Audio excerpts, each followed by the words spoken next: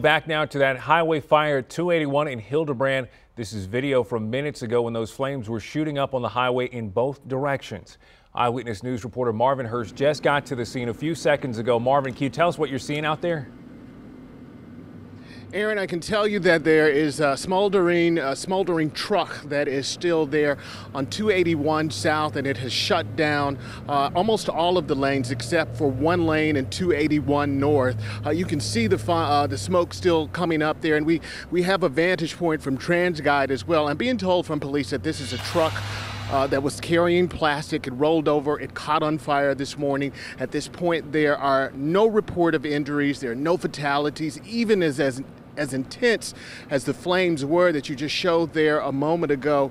It is going to take a while, obviously, to get things situated and get that truck up off of the interstate. So they've shut all of this down and some surrounding streets. We're expecting a briefing from police coming up in just a little while. Back here live, there was some talk about the sign there. You see it says North 281 International Airport, Johnson City. Right over to the side of the sign there, you see how badly burned that sign